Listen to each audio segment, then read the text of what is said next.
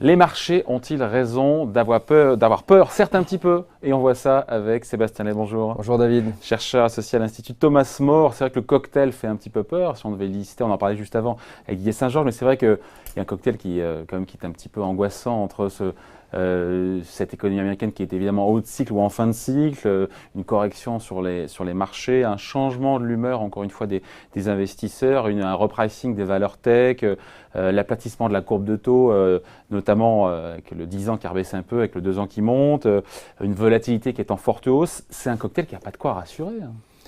Alors, je crois que force est de constater qu'en réalité, depuis plusieurs mois déjà, à Wall Street, peut-être pas encore en France, mais au moins aux États-Unis, vous avez deux visions antagonistes des marchés financiers qui s'opposent. Vous avez d'aucuns qui adhèrent encore à cette thèse officielle, qui est celle de l'économie. Rappelez-vous, c'était le thème en 2006-2007, mais ça a été remis au goût du jour il y a 18 mois. C'est l'économie, les Américains appellent ça, belle expression, Goldilocks. Boucle d'or. L'économie boucle d'or, c'est l'idée d'une croissance globale synchrone. C'est un petit peu ce qu'on nous vend aussi en France et en Europe à l'heure actuelle.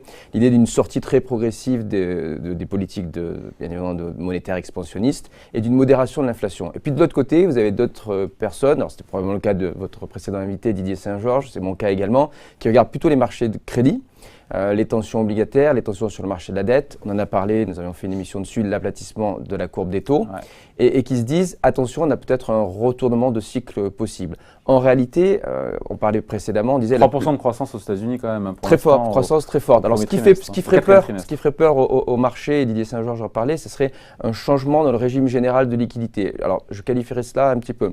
Changement dans le régime général de liquidité, c'est-à-dire sortie des politiques monétaires expansionnistes, qui a lieu aux États-Unis, qui aura lieu en Europe à la fin de l'année ou l'an prochain. Mais ce qu'il faut préciser, c'est que cela se produit dans un contexte où nos économies sont encore très endettées. En réalité, quand vous avez un changement de politique monétaire annoncé, et que vous êtes par exemple au début des années 2000, que vous avez des économies relativement peu endettées, tout se passe bien. Le problème, c'est que notre stock de dette dans le monde a augmenté de 35%, il est passé de 140 trillions de dollars. Donc la sensibilité des économies et des marchés à la dette est plus importante aux aujourd'hui. Conditions de financement de la dette. C'est pour cela que cette fois-ci, le changement de politique Sauf pour de la ceux qui sont un peu Fed… fixes. Pour ceux qui sont Exactement. S'en foutent. Mais rappelons-nous, aux États-Unis, vous avez par exemple un certain nombre d'entreprises qui se financent à taux variable ou de particulier sur la base d'un indice de référence qui est le LIBOR, le fameux LIBOR. Et ce LIBOR, par exemple, il est passé en quelques mois de 80 points de base à 180 points de base. Donc, mécaniquement, tous les taux ont augmenté déjà de 1% là-bas. Alors la question, c'est de savoir quels sont aujourd'hui les prétextes, parce qu'en fait, ce sont des prétextes qui, depuis quelques jours, sont utilisés par ce second camp, le camp des pessimistes, pour justifier ces ventes d'actions. Alors parce qu'en fait, on se dit qu'il y a un changement sous nos yeux d'investisseurs qui de plus en plus anticipent vraiment peut-être une récession et donc ils viennent se greffer encore une fois les valeurs de la tech et c'est ce qui crée peut-être Il se passe quelque chose depuis quelques semaines, il y a un vrai changement de paradigme, diront certains. Oui, il y a peut-être un début de changement de paradigme. Alors, 3 exemples. Le retour d'une prime de risque géopolitique qui n'existait plus depuis l'affaire du terrorisme, rappelez-vous, au début des années 2000. C'est un petit peu l'effet Trump. Trump, quand il est arrivé au pouvoir, rappelez-vous, un rallye haussier s'est produit. Il a dit « je lie mon mandat au succès des marchés boursiers ». Et puis aujourd'hui, comme il lance des guerres commerciales tous les jours, comme les gens commencent à douter de son leadership, eh bien, à chaque déclaration de Donald Trump, on voit une réaction des marchés.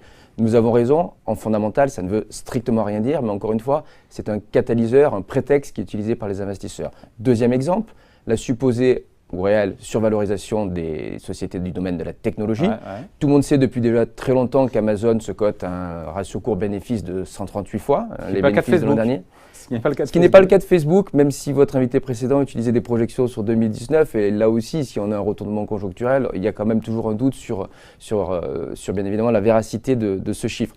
Cela étant, pour des sociétés de cette taille, et alors même qu'on redécouvre ces jours-ci les risques qui peuvent peser sur ces sociétés, accusation de monopole contre Amazon, problème de protection des données pour Facebook, problème de business model même pour Tesla, qui est maintenant présenté par certains comme un simple finalement constructeur de voitures, mais qui n'est pas si différent en fait d'un Renault ou d'un Peugeot. Eh bien, comme on redécouvre ces risques dans un contexte de ratio PER, cours bénéfice très élevé, eh bien, encore une fois, il s'agit d'un prétexte pour les investisseurs pour vendre.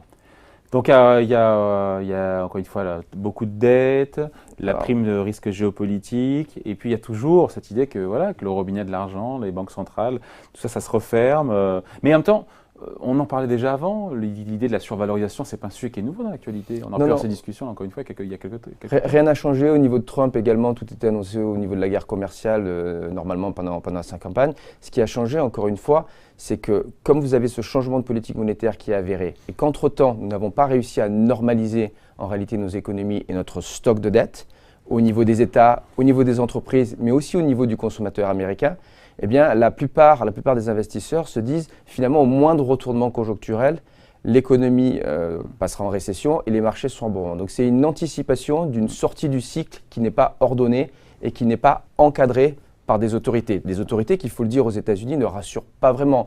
Pour l'instant, il n'y a pas de consensus sur le leadership de Donald Trump et encore moins sur celui de M. Powell qui vient d'arriver. Ouais. Donc pour ces raisons-là, les marchés ont raison d'avoir peur. Et en même temps, si d'aventure les résultats qu'on va avoir dans les prochains trimestres étaient bons, on aura fait cette émission pour rien. Probablement, mais qu'est-ce qu'on entend par bon résultat? Résultat d'entreprise ou résultat de l'économie? D'entreprise, on attend 18 à 20% de croissance bénéficiaire aux États-Unis en 2010. Les résultats des entreprises qui seront annoncés ce semestre et qui correspondent en fait à la fin de l'année dernière seront bons, comme on le précisait précisément. La question, c'est plutôt sur la seconde partie de l'année.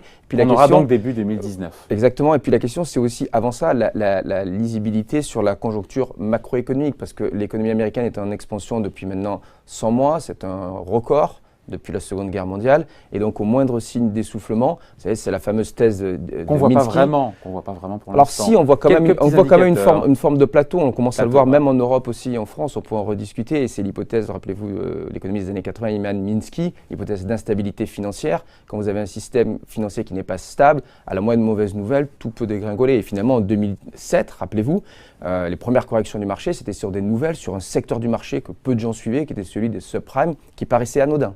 Il n'y a pas d'équivalent aujourd'hui, hein. On parle de subprime aujourd'hui, ça paraît complètement... Si, il y en a plein, on pourrait en citer. Il y a le marché des partout. Il y a des mini-subprimes de partout. Il y a les dettes étudiantes, il y a les subprimes sur la dette automobile, il y a la dette du consommateur américain. C'est pas les montants qui sont en jeu. Hein. Oui, mais les montants sont quand même énormes. La dette, par exemple, sur les cartes de crédit américaines, c'est 1000 milliards de dollars de dépenses par an. C'est un stock qui a augmenté de 10%. C'était 8 000, 9 000. Ouais, c'était 8 à 9 fois ce chiffre. Sauf que, par exemple, si on reprend ce marché-là du consommateur américain, l'augmentation l'an dernier de 10% de la dette sur les cartes de crédit, c'est le score le plus important, l'augmentation la plus importante des encours depuis 2001. Tout ça sur fond de taux d'intérêt qui remonte. Bon, merci en tout cas, merci pour ce point de vue signé donc Sébastien Lèche, chercheur associé à l'Institut Thomas More. Merci. Merci.